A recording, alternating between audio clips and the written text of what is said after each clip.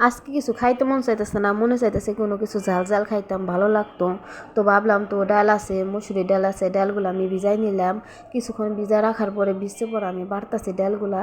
আর শীতের সময় ডাল খাইতে ভালো লাগে না, আর ভাজা পোড়া খাইতে ভালো লাগে। তো কয়েকদিন পর পরে আমি বড়া বানাই এইভাবে, আমার কাছে খাইতে খুব ভালো লাগে মুসুরি ডালের বড়া, অন্য কোনো ডালের বড়া আমি খাইতে পারি না।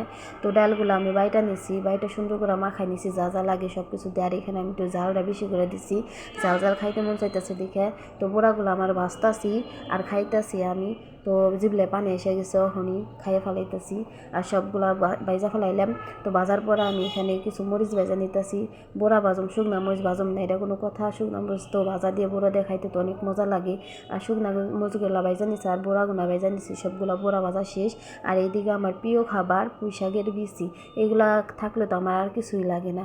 তো একটা আলু কেটে দিছি, বিচিগুলো আমি ভাজতাছি। আর আমার পুঁইয়ের বিচিগুলো খাইতে অনেক ভালো লাগে। আর ভাজা শেষ, এখানে আমি ভাজি নিছি, বড়া নিছি, শুকনো মরিচ নিছি,